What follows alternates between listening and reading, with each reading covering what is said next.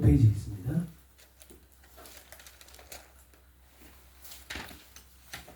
펼쳐졌으면 우리 함께 동독하겠습니다. 예수께서 이 첫 표적을 갈릴리 가나에서 행하여 그의 영광을 나타내시매 제자들이 그를 믿으니라. 아멘. 이렇게 시간 고백하겠습니다. 예수스 에스티노 크리스토스. 예수스 에스티노 크리스토스. 예수는 그리스도이십니다. 예수는 그리스도이십니다. 벌써 인사 나누겠습니다. 아가포카이 에골로의 예수. 아가포카의 에골로의 예수. 예수님 안에서 사랑하고 축복합니다. 예수님 안에서 사랑하고 축복합니다. 자, 오늘 두 달 만에, 2달여 만에 강무사님이 오늘 표적의 끝은 어디인가라는 제목으로 말씀을 나누시겠습니다. 은혜 시간 되시기 바랍니다.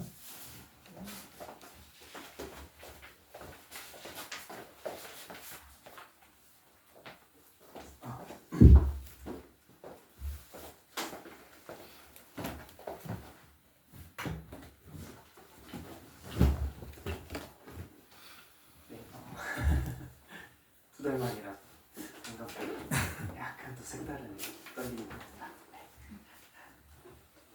네, 바로 또 이어서 들어가도록 하겠습니다.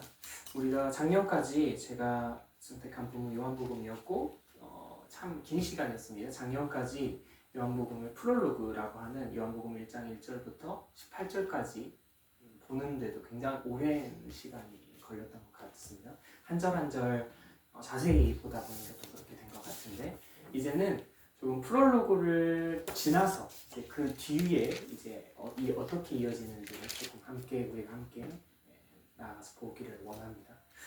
요한복음은 작년까지 제가 이렇게 설명했던 것 같습니다. 새 창세기라고 표현할 수 있지 않을까라고 거듭 강조를 말씀을 드린 것 같아요.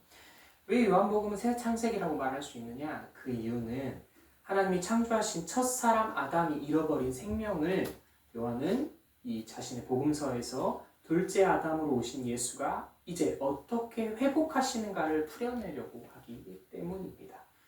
우리는 이러한 관점에서 요한복음의 프롤로그를 통해 요한복음 1장 14절의 증거와 같이 말씀이 육신이 되어 우리 가운데 거하신 이 둘째 아담인 예수를 보았습니다. 곧 예수의 강림하심과 성육신하심의 본질을 우리가 함께 작년까지 본 것이고요.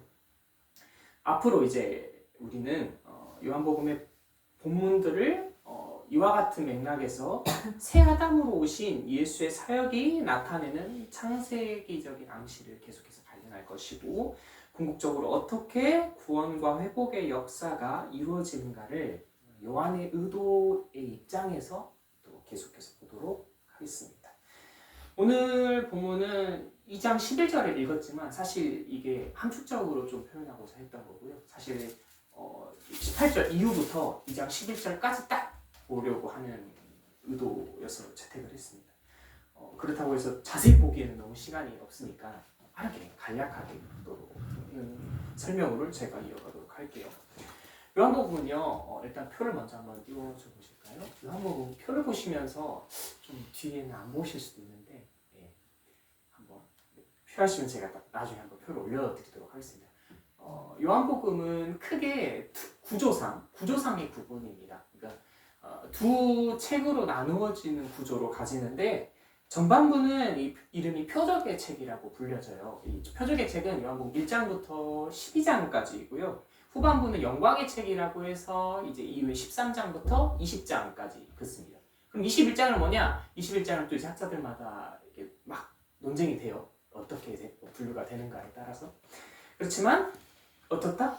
12장 또 13장을 기준으로 해서 이 앞뒤가 구분이 된다는 거예요. 그렇다고 해서 요한복음이 두 책에 나눠져 있었던 건데 합쳐져서 쓰여진 거냐? 그 말이 아니라 요한복음 전체의 구조가 그냥 이렇게 구분된다더라. 학자들이 대부분이 이렇게 구분한다더라 라는 겁니다. 그럼 왜 이렇게 구분을 하느냐? 이런 의도가 있습니다. 말씀드릴 건데, 앞에 표적의 책은요, 어떤 내용이 중심이 되느냐? 예수의 사역의 시작인 지점을 많이 언급을 해요. 근데 그 시작이 어떤 느낌이냐면, 그 전체도 맞겠지만 어디를 집중으로 그리냐면 예수의 사역의 첫 한 주, 이 한 주를 좀 집중적으로 조명하는 느낌이거든요. 그런데 오늘 이제 설명할 건데 이 사역의 시작을 그냥 설명하지 않고 제가 계속해서 요한복음을 설명드리면서 강조한 게 뭐였죠? 창세기적인 암시였어요. 창세기를 떠올리게 한다. 오늘 볼 내용이지만 창세기의 창조의 6일이라는 이 시간의 구도를 이 요한복음이 예수의 사역의 시작을 설명할 때에 그 방법을 쓰고 있다는 겁니다. 거기에 녹여냈다라는 거예요. 이렇게 녹여낸 이유는 앞 전반부 표적의 책이 말하고 싶은 것이 예수의 사역은 곧 새 창조이다라는 이 선언을 부각시키기 위해서 이렇게 창세기의 방법을 끌어와서 요한복음에 녹여낸 겁니다. 그럼 후반부 13장부터 20장까지 영광의 책은 무엇을 말하느냐? 이때는 예수의 사역의 마지막 한 주에 집중을 하는데 한번 떠올려 보세요. 예수의 사역 마지막이 무엇이죠? 예, 맞아요. 십자가가 있죠. 그래서 영광의 책 집중하는 게 거기입니다. 십자가에 집중하는 거죠. 그러니까 13장부터 요한복음 무엇이 등장하냐면 이제 현재는 어떻게 불릴지 모르겠는데 제가 학부에 들어갔을 때 고별설교라고 말했거든요. 13장부터 17장까지 다른 복음서들과는 다르게 갑자기 예수님 혼자 독백을 막 시전하세요.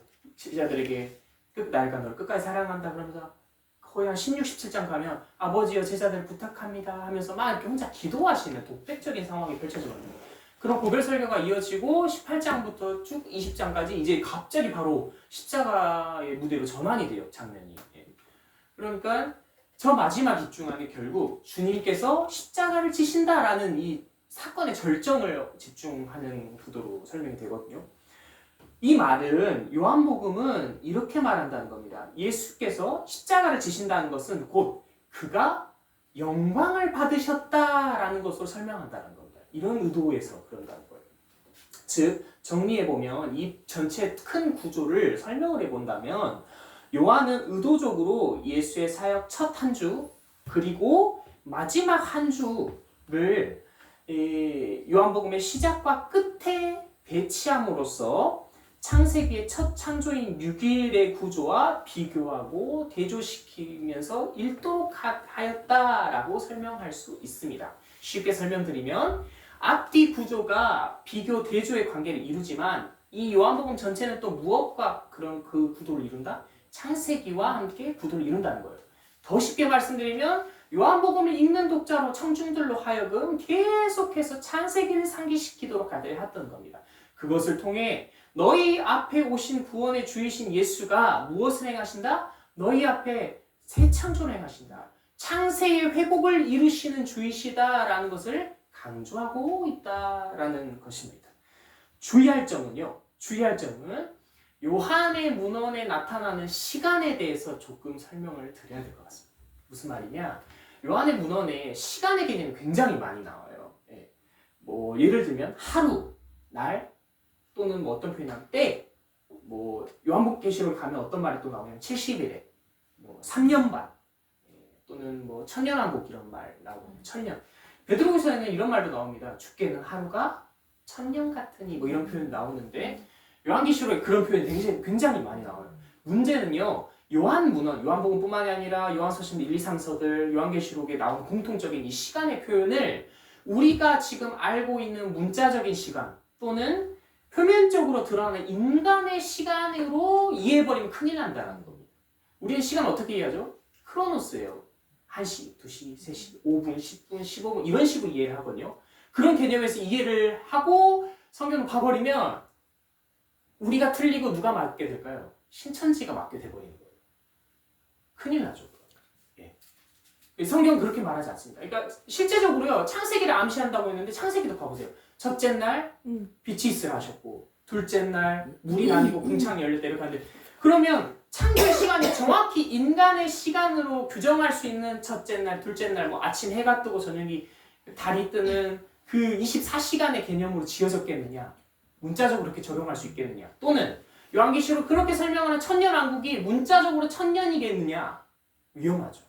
그러니까 이 이해를 벗어들이고 시간의 개념을 어떻게 이해해야 할까요? 요한 문헌에서 드러나는 시간의 개념, 특히 시간의 개념이지만 그 외의 여타 이런 표현들을 어떻게 받아들이는 게 좋냐면 첫 번째 상징입니다. 상징이라고 이해하셔야 돼요. 그러니까 이 표현과 사건 너머에 무엇이 있다? 궁극적으로 우리의 주께서 의도하신 바가 있다는 거예요. 그것을 발견하는 거지 이걸 문자 그대로 스며들면 우리는 이단이 되기 쉽다는 거예요. 그러면 안 되죠. 두 번째는 구약의 예표와 신약의 성취의 개념에서 넓게 봐야 해요. 단절시켜서 봐버리면 구약을 연결시키지 못하는 거죠. 그냥 뜬금없이 등장한 개념이 되는 거예요. 구약에 말씀하셨던 예언과 수많은 예표의 개념이 신약에 특히 요한의 문헌에서 이렇게 이루어지고 있구나를 같이 보아야 한다는 겁니다. 세 번째는 특히 시간의 개념의 한정인데요. 결국 이 시간의 표현들은 인간의 시간이 아닌 창조의 시간을 말합니다. 더 쉽게 말씀드리면 영적인 시간이라는 거예요. 곧 하나님의 시간이라는 거죠. 이걸 또 잘못 받아들여서 나를 언제 사용하시냐 하는 그 하나님의 때를 막 끌어오려고 하는 그게 아니라 온전히 구원을 이루신 하나님의 때, 구속사적인 의미에서의 하나님의 때를 가리킨다는 표현입니다. 이 표현들 보면서 하나님의 구원의 때가 어떻게 그 구원의 경륜이 이루어지고 있구나를 발견하는 것이 그거를 오늘날 우리의 입맛에 맞게 조리하고 끌어오고 막 퍼즐을 맞추려고 하는 게 아니라는 겁니다. 그러면 이 입장에서 오늘 이 구조를 조금 설명드릴게요. 오늘은 그래서 이 요한복음 이 구조에 따라 2장 11절까지를 좀 설명하기 위한 개요의 시간이에요. 자세한 건 이제 다음 시간이겠죠. 다음 달에 더 설명드릴게요. 네, 한번 보도록 하겠습니다. 아까 포인트가 뭐였냐면 창세기의 첫 창조 6일의 구도를 어디에 사용했다? 요한복음 1장부터 2장 11절까지 사용했다라고 제가 말씀을 드렸어요. 이거에 대해서 한번 봐볼게요. 두 구도로 나뉘는데 창세기에는 이렇게 나옵니다. 첫째 날 뭘 만드셨다? 빛이 있으라 하셨다. 둘째 날 물이 있고 그 사이에 뭐가 있다? 궁창이 있는데 궁창을 기준 궁창이 하늘이다라고 표현이 나와요. 창세기에. 그걸 기준으로 위에 물을 두셨고 또한 아래 물을 두셨다 이렇게 말합니다. 창세기 셋째 날 무엇을? 육지. 저 표에 담기지 않은 더 많은 내용이 나와요. 근데 대표적인 표현을 제가 쓴 겁니다. 육지를 드러나게 하셨다라고 말씀해요. 넷째 날에는 해, 뿐만 아니라 해달별도 있는데 여튼 광명체들을 창조하신 것으로 나옵니다. 다섯째 날은 바다와 하늘의 생물을 창조하셨다라고 말하고 이제 여섯째 날에 육지의 생물을 창조하시면서 마지막 클라이막스인 사람의 창조를 이야기합니다.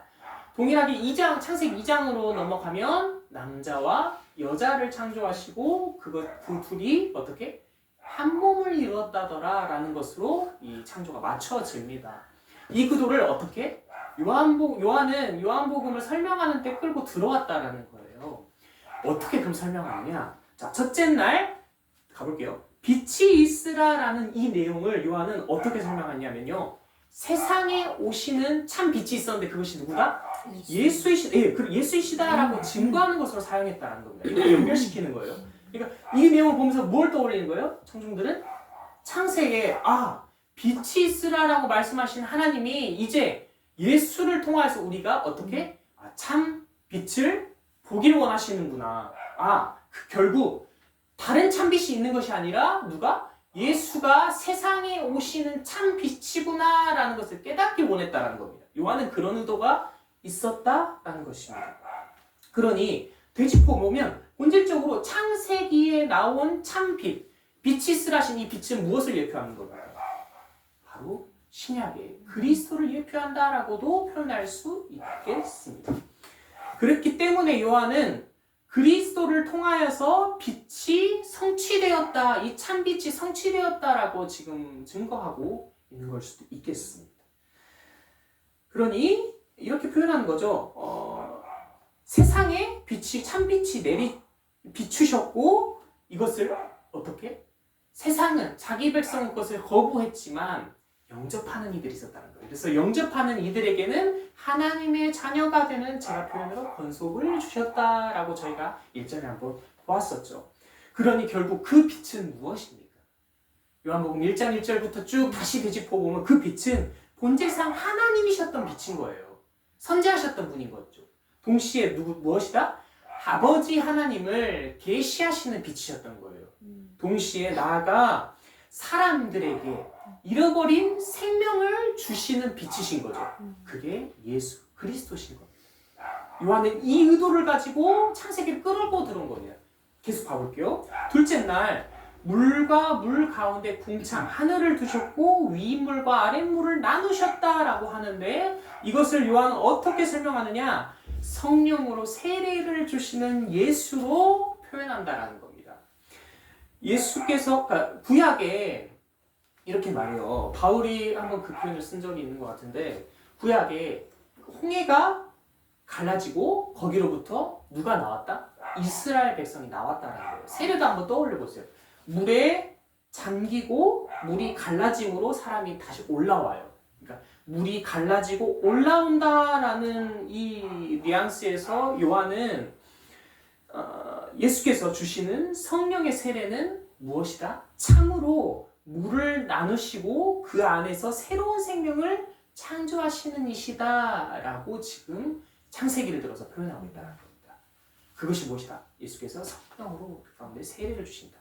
그분의 세례는 결국 우리에게 구원의 회복과 새 생명을 주신다라는 의미로 지금 요한은 사용하고 있다는 겁니다. 세 번째 가보겠습니다. 육지가 드러났다. 이 표현은요 어떻게 표현하냐? 에덴이라고 명명하는 첫 성전의 터가 창세기에 마련됨과 같이 이제 예수는 누구를 부르실까요? 게바를 부르시는 거예요. 게바가 누구죠? 너는 이제 베드로라고 하는 건 그렇죠. 그 뜻을 뭐였죠? 기억나시나요? 혹시? 반석이다. 네. 그럼 생각해보세요. 창세 때에 무엇이? 육지가 드러났는데 신약의 성취이신 그리스도께서 게바를 부르신다는 것은 이제 반석을 세우신다는 거예요. 이건 무엇을 의미하겠습니까? 결국 그 본문의 16장 16절 이후의 본문에 보면 이제 우리가 떠올려보면 그 표현이 나오죠. 그 베드로의 그의 신앙의 고백 위에 그리스도의 몸된 교회를 세우시길 원한다라는 겁니다. 여기로 이해해준다. 요한 설명하고 싶은 게 이거다는 겁니다.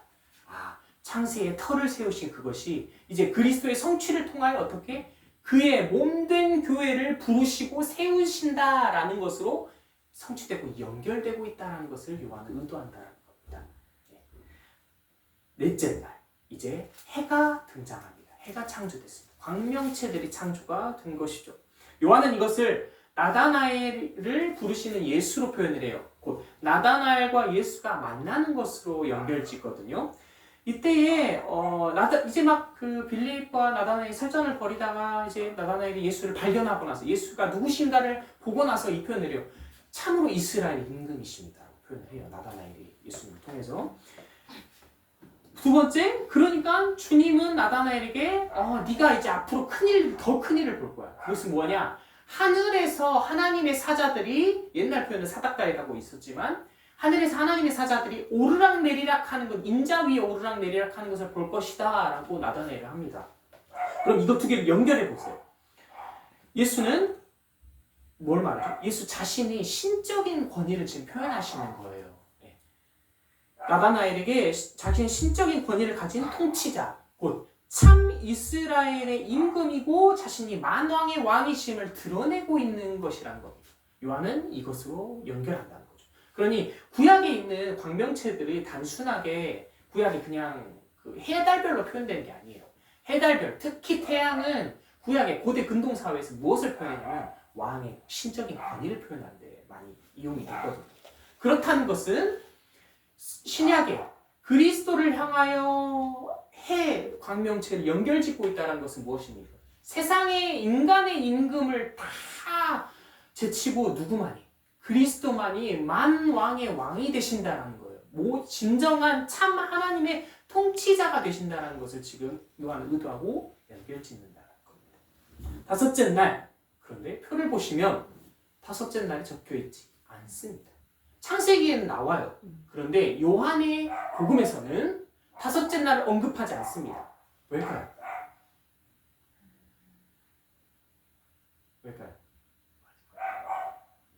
이유는 다음 날에 주목하기 위해서예요.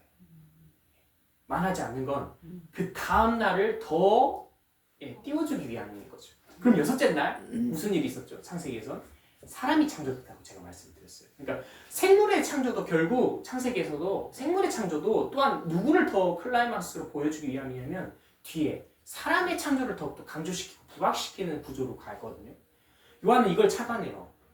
그래서 여섯째 날인 절정인 사람의 창조는 그 세부적으로 남자와 여자의 창조 나아가 그 둘이 합하여 한 몸을 이루었다는 이 구조를 착안해서 요한은 가나의 혼인잔치로 예수님을 이동시킵니다. 이동시키신 게 아니라 정확히 말하면 예수님께서 가나의 혼인잔치에 가셨던 그 스토리를 요한은 등장시킨다는 거예요.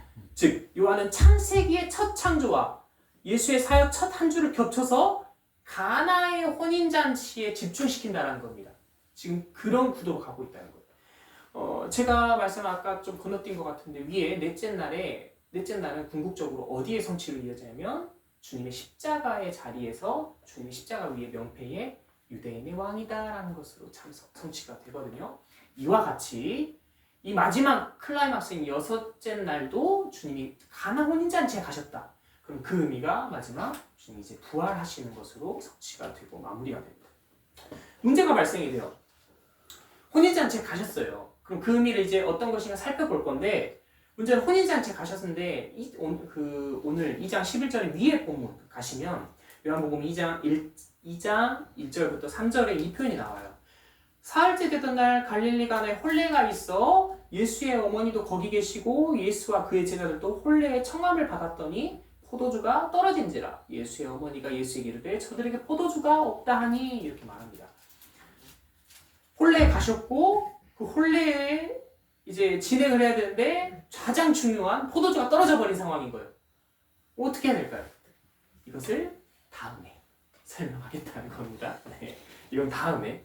그러니까 그 6일 구도와 이 혼인이 어떤 관계가 있고 예수께서 이곳에서 무엇을 행하시고 어떤 일을 행하시고 그것이 무엇을 의미하는지는 이제 다음에 말하도록 하고요. 이 본문을 2장 11절까지 이 본문을 우리가 지금까지 들어왔던 표면적으로 본문을 읽으면서 예수는 어떻게 이 문제를 해결하실까로 봐버리면 잘 이해가 안 됩니다.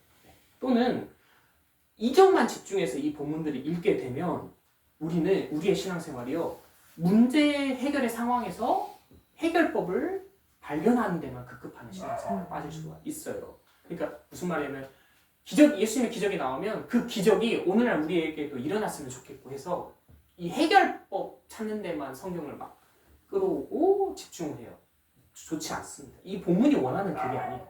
요한의 의도는 창세기적인 암시라고 제가 말씀드렸습니다. 이것을 따라간다면 아담과 하와의 타락으로 깨어진 언약의 관계를 예수께서 이제 어떻게 회복시킬 것인가, 특히 첫 표적의 자리인 가나의 혼인잔치에서 어떻게 이 회복을 먼저 보여줄 것인가를 깨닫는 데에 요한의 의도는 있습니다. 우리 이것으로 요한복음을 조금 걸어가면서 보아야지 자꾸 막 기적이 일어났으니까 오늘날도 그런 기적이 있을 줄 믿습니다. 아멘 하고 끝내버리면 큰일 납니다. 요한복음을 제대로 볼 수가 없어요. 나아가서 제가 아까 말씀드렸어요. 이 혼인잔치도 결국 표적이라는 거예요. 제가 첫 표적이라고 말씀을 드렸거든요.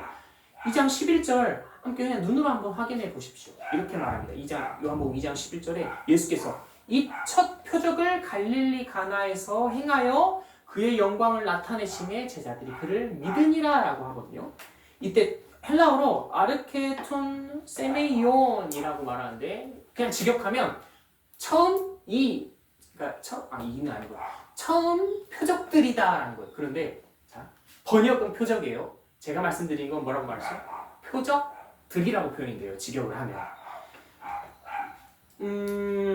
이 표적들이라는 단어가요. 다른 본문에선 이적으로도 해석은 돼요. 네. 그런데 왜 요한복음엔 이 기사와 이적 이렇게 표현 안 되고 왜 표적이라고 표현이 됐느냐? 의도가 있다는 거예요. 이적이라는 말 자체는 이제 우리 어원에서는 단순한 사건의 발생을 의미를 해요. 무슨 말이냐면 목적성이 없다라는 말이에요. 그런데 이 요한복음에 나오는 이런 표적들은 뭐다? 목적이 있다는 거예요. 이 놀라운 사건만 있는 것이 아니라 그 너머에 이것을 통하여서 예수가 누구이신가를 조명하는 데에 목적이 있기 때문에 번역은 표적이라는 걸 채택을 했는데 중요한 건 이게 아니에요. 뭐냐? 표적을이라고 해석하지 않고 직역하면 표적들이라고 해서 이게 명사 중성 복수 소유격이에요. 그러니까 복수라는 거예요. 복수형으로 쓰여졌다는 겁니다. 왜 표적이라고 하지 않고 표적들이라고 하느냐? 이게 아이러니하다는 겁니다. 실제로 가나 혼인잔치를 지금 지칭하는 거예요. 그러면 자 보세요. 가나 혼인잔치가 처음 표적이 됐어요. 그러면 그 이전엔 표적이 있었다는 거예요? 없었다는 거예요? 없었다는 거죠. 왜? 처음이라고 하니까. 그런데 잘 보세요. 처음이라고 했는데 복수형인 표적들이라고 쓰고 있다는 거예요. 그러면 그 전에 있었다는 말일까요? 없었다는 말일까요? 예, 있었다는 말이에요. 그럼 있었다는 걸까요? 없었다는 걸까요? 있었어요. 저도 모르겠어요. 저도 희한한 거예요. 저도. 그러니까 이것 때문에 학자들의 의견이 엄청 분분하더라고요. 저만 하는 말이 다 달라요. 죽겠더라고요. 어떻게 해야 될까? 저도 궁금했어요. 결국 나는 요한의 의도를 통해서 이걸 어떻게 해석해 볼까 좀 고민을 하다가 이렇게 좀 답이 나오게 됐습니다. 물론 표적이라는 문자적 성격, 문법적인 성격을 고려해서 그냥 헬라어 단어가 복수로 썼을 수도 있어요. 예를 들어 하늘 우라노스처럼 우라노스도 복수로 쓰이니까 대부분 뭐 그럴 수도 있어요. 그렇지만 우라노스도 마찬가지입니다. 다 의도하는 바가 있거든요. 복음서 기자들이 그 단어를 채택할 때에는 다 기원이 있는 거고 요한도 마찬가지입니다. 요한의 표적들이다, 특히 가나 혼인잔치에 대해서 처음 표적들이다라고 쓰는 이유는 힌트를 드리자면 첫 번째, 가나 혼인잔치는 모든 표적의 출발선에 있는 사건입니다. 이후에 그 말은 아까 표에서처럼 이후에 등장할 표적들이 많다는 거예요. 다음 표 한번 띄워주시겠어요? 네. 이후에 표적들이 많다는 겁니다. 그 기준의 표적의 출발점이라는 거예요. 보이시죠? 맨 위에 가나 혼인잔치가 있고 그 밑에 7표적이 나열이 돼요. 요한복음들은. 이 7표적들은 중요한 것은 다 독립적으로 따로 노는 사건들이 아니라 모두가 다 연결되고 연관성이 있는 사건이라는 겁니다. 이 연결은 어떻게 나아가느냐? 점점점 한 사건씩 등장할수록 이 요한복음의 말미를 향해서 의미가 확장되는 구조로 나아간다는 거예요. 결국 모든 한 표적들이 결말을 향해서 거울처럼 비추듯이 나아가고 있는 구조로 설명되고 있다는 겁니다. 이걸 캐치하고 읽어야 된다는 거예요. 그럼 왜 요한복음은 이제 표적의 책 12장까지 7표적이 등장하는데 왜 7개냐? 7이요. 왜 7개고 또 가나 혼인잔치가 왜 첫 표적이냐? 이것에 대해서 간략하게 설명을 하면 7은 완전수입니다. 대부분. 특히 요한복음 이제 계시록에서도 많이 숫자에 대한 이 개념이 사용이 되는데 완전수로 사용이 돼요. 이 완전수를 통해서 설명하고 싶은 게 예수가 누구이신가? 이 의미를 단순히 예수는 뭐 구원자시고 사람이고 이것뿐만이 아니라 하나님의 권위, 신적인 권위로 그분을 설명하기 위한 의도가 담겨있다는 겁니다. 더 정확하게 말하면 예수는 하나님의 아들이 되시는 분이다. 곧 선지하신 하나님이시다라는 걸 설명하고 싶은 거고 동시에 그뿐만이 아니라 예수는 새 아담이시다. 첫사람 아담을 성취하시는 이 땅에 오신 새 아담이시다. 이 말은 뭐예요? 구속을 위해서 구원을 위하여 사람이 되셨다라는 것을 동시에 설명하고 싶은 거예요. 완전한 하나님이신 거, 완전한 사람이 되시는 이시다라는 것을 요한복음이 담고 싶은 거거든요. 그런 의도에서 7표적을 굳이 다른 표적들인데 7을 나열하고 있다는 겁니다.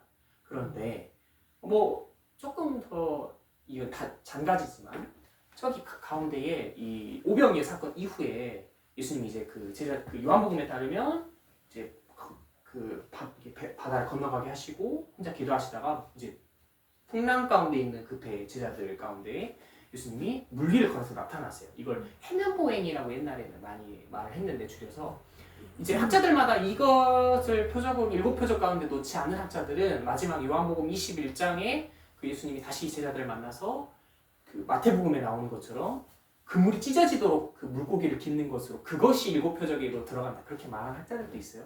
중요한 건 아니니까. 그런 사람들도 있고 요거를 지지한 자들도 있고 다양합니다. 네. 그런데 중요한 것은 제가 말씀드린 게 있어요. 7표적은 결국 모두가 다 뭘 쳐다보고 나아가더라? 말미, 요한복음의 끝을 쳐다보고 나아간다라고 제가 말씀을 드린 것 같아요. 결국 요한복음에는 기록되지 않음이 아닌 등장하지 않는 표적이 있습니다. 표적이, 그러니까 이 제가 뒤에 구절에 6장 2절에 표적, 이것은 표적이다, 첫 표적이었다 이렇게 하는 말이 다 나오거든요. 그렇게 등장하지 않는 표적이 있다는 거예요. 다 바꿔 말하면 표적 중에 표적이 있습니다. 그것이 무엇이냐? 성경 한 구절 읽어드릴게요. 요한복음 2장 18절 19절 이렇게 말합니다.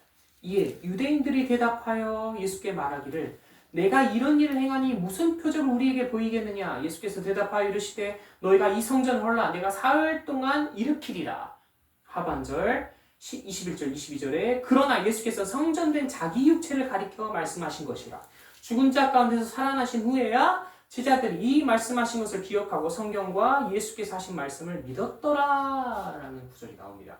결국 정리해보면 혼인잔치와 이 구절을 연합해보면요 무슨 의미가 되느냐, 참 성전인 에덴의 회복을 예수님께서는 자신의 십자가와 부활을 통해 자신의 몸을 세우신다라는 것으로 그 의미를 결론 지을 수 있습니다. 이 말은 무엇이냐? 표적 중에 표적은 무엇일까요? 표적이라고 요한이 딱 단어를 쓰지 않은 가장 절정이고 가장 결론적인 표적이 무엇이겠냐는 거예요. 주님의 십자가세요. 네. 주님의 십자가시였다는 겁니다. 정확하게 말해요. 예수께서 십자가를 지셨다는 것이 표적이 된다는 거예요. 그럼 그 표적을 보고서 그 표적을 보는 자마다 무엇을 알아야겠습니까? 무엇을 알아야 될까요? 예수는 에덴의 하나님 나라를 새롭게 하시고 세우시고 회복하신 이시다라는 겁니다. 그러니 우리가 구원의 주로 부르잖아요. 구원의 주님이 된다는 거예요. 우리 가운데. 십자가를 표적을 보면서 그걸 떠올려야 한다는 겁니다. 그러면 계속 전으로 끌어간다면 모든 표적을 보면서 무엇을 봐야 된다는 거예요? 아, 주님이 십자가를 향해 걸어가시는구나를 봐야 한다는 거예요. 마지막 십자가를 보면서도 우리는 무엇을? 주님이 자신의 생명을 던짐으로 말미암아 주인 세상의 생명을 주시는구나. 아, 그것은 세상의 생명을 주시는 것으로 죽으심으로 끝나는 것이 아니라 궁극적으로 하나님의 나라를 회복하시는 거구나. 죄인 가운데 새 생명을 부으시는구나. 새 창조, 새 백성을 일으키시는구나. 아, 그거구나. 이것을 우리 깨달아야 한다라는 겁니다. 말씀을 정리해 보겠습니다. 첫 번째 이렇습니다. 말씀이신 로고스의 강림과 성육신, 그리고 그 말씀이신 예수의 모든 말씀과 사역은 결국 요한복음 내에 모두가 다 표적입니다. 다시 말씀드릴게요. 표에 나오지 않은 7표적 외에 다른 표적들도 무엇이다? 다 표적이 된다는 겁니다. 예수가 누구이신가를 증거하는. 예. 그러므로 요한복음 2장 11절에서 표적들이다. 처음이라고 해놓고서도 표적들이다라는 그 표현이 합당해요. 그래서 두 번째, 요한복음의 모든 표적이 향하는 끝, 종착지, 표적 중에 표적은 예수께서 십자가에 달리셨다, 십자가에 오르셨다, 나무에 달리셨다라는 겁니다. 요한복음은 가장 귀한 그 진리를 향해 달려가는 구조를 띠고 있다는 말입니다. 요한복음은 세 번째, 시작부터 창세기적인 암시를 가지고 등장하며 6일 구도를 지나 7개의 표적으로 이어지지만 결국 이 모든 것이 창세기의 회복과 새 창조를 행하시는 예수를 보여주고 있는 표적의 책이다라고 표현할 수 있겠습니다. 말씀 이제 결론 적용으로 한번 메시지를 좀 내고 마치도록 하겠습니다. 그렇다면 오늘 우리는 요한복음뿐만 아니라 성경에 수많은 표적이 나와요. 그런 것들이. 그런 걸 볼 때 어떻게 해야 될까요? 우리는 구약의 이 개념을 기억해야 돼요. 구약의 예표의 개념들, 수많은 구약의 예표의 개념들이 그리스도 안에서 어떻게 성취되고 선포되고 있는가를 봐야 돼요. 그것에서 끝나는 게 아니라 그것이 표적의 역할이다.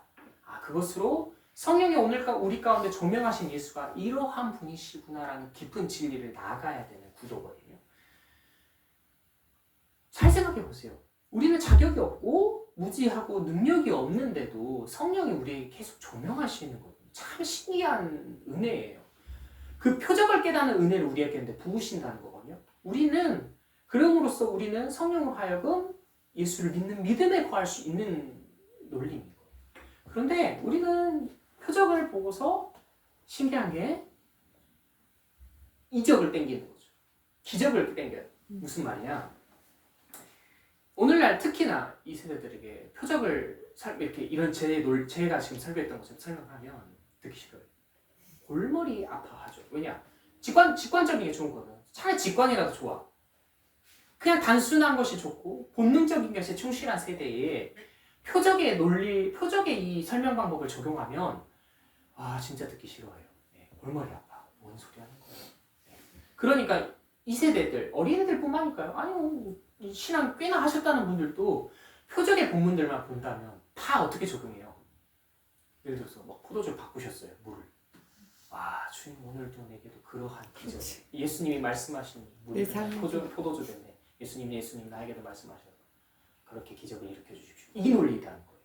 그런 의미에서 이적을 땡기는 거예요. 성경에.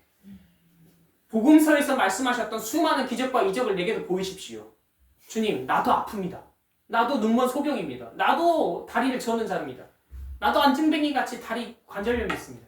그러니까 그 기적을 내게도 땡겨 주십시오. 이 표현을 써요. 그러니 본문을 수많은 표적을 보고도 예수가 누구이신가 집중하기보다 예수가 나에게 그런 행복과 복의 개념을 가져다 주는 분으로 이용하게 버려요. 복음이 뒤틀린 거죠. 정확히 말하면 복음이 뒤틀린 것이 아니라 그걸 바라보는 내가 뒤틀려 있는 거죠. 요즘 제 모습인 것 같아요. 아내에게 계속해서 복권에 대해서 제가 말하거든요. 복권 이야기가 나올 때마다 우리가 식탁에 앉아서 제가 그 말에 복권이 당첨되면 교회도 이렇게 이쁘게 세워볼까 막 그렇게 그런 허황된 꿈을 진짜 당첨된 사람처럼 이야기를 하거든요. 근데 뭐예요? 제 모습도 표적을 통해 예수님이 어떤 분이신가가 내 안에 기쁨이고 행복이기보다 그냥 잘 먹고 잘 사는 게 나도 좋은 거예요. 나도 행복한 거죠. 그게 그리스도인이라고 할 수 있나? 저도 참 부끄러운 것 같아요. 그러니 표면적 이적에 몰두해서 그것을 갈망하고 자기 배부름을 채우는 우리 오늘날의 현재의 문제는 복음서의 본문들을 이해하지 않습니다. 오해하죠. 그래서 우리에게 요한복음은 신앙의 간증서에 불과합니다. 기적을 체험하기 위한. 또는 요한 1, 2, 3서 요한서신들은 그냥 실황의 위로서예요. 왜냐? 죽도록 사랑 이야기만 나오거든요. 젊은들 굉장히 많이 써요. 사랑은 여기 있어요.